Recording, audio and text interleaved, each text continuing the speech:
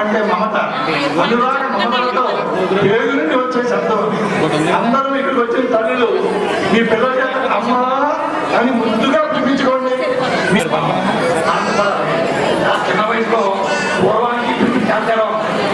అప్పుడు మాకు నడువం చెప్పారు.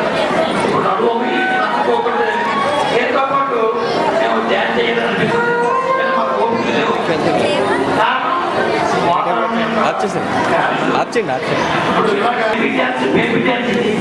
టీవీలో వచ్చిన మాత్రం డ్యాన్స్ బేబీ డ్యాన్స్ దానికి దీనికి తేడా చూపించారు.